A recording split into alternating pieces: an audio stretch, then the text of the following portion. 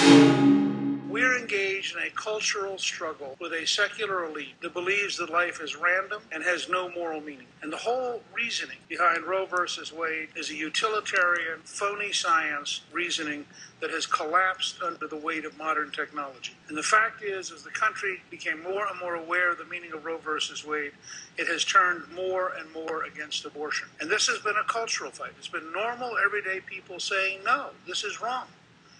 And it goes to the heart of what it means to be an American. The fact is, the base of this country, the key to American exceptionalism, is the Declaration of Independence, which says we hold these truths to be self-evident, that we're all created equal, and that we are endowed by our Creator with certain unalienable rights, among which are life, liberty, and the pursuit of happiness. Now that's central to defining an American. Your rights, every person in this room, your rights come, including the folks up there, your rights come from God to each one of you personally. And they're unalienable. That means no judge, no bureaucrat, no politician can get between you and the rights God has given you. And that means that defining when you become a person is central to the whole question. After all, if the state can decide you're only a person when the state declares it, then why stop at Roe versus Wade? Why not go to euthanasia? Why not decide if you aren't appropriate at 14 or 12 or 10? And that's why at its heart, this is the central moral question of our lifetime. There are three parallel tracks that immediately start moving us in the right direction. The first track is on the very first day, about 2 hours after the inaugural, to sign a series of executive orders. One of the very first executive orders will reinstate Ronald Reagan's Mexico City policy of no U.S. money going to pay for abortion anywhere in the world.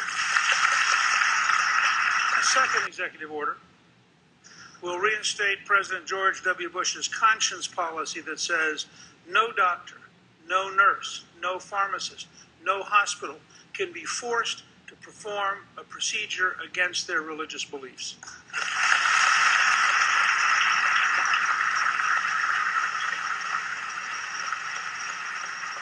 At the very same time, legislation on that first day will go up to the Congress, asking it to defund Planned Parenthood and put all of the money into adoption services to give young women the choice of life rather than the choice of death. And finally, we will aggressively pursue a strategy that Professor Robbie George of Princeton has raised, which is that the 14th Amendment clearly allows the Congress to define personhood. And that should mean that we can pass a bill defining personhood as beginning at conception, and you don't need a constitutional amendment. It is written in the 14th Amendment. It would be an act of Congress, and you can put in the same legislation blocking the courts from reviewing it, which is a procedure the Jeffersonians used in 1802 and clearly is part of the Constitution. And that could, once and for all, fundamentally recenter this debate where it ought to be. Because the minute you start saying to people, all right, what do you think happens if a pregnant woman is attacked and the baby dies? Is it a baby or is it an accident of the state? And that, frankly, to me, was the final defining moment. I believe that woman's carrying a baby. I don't believe that woman's carrying an instrument to be defined by the state.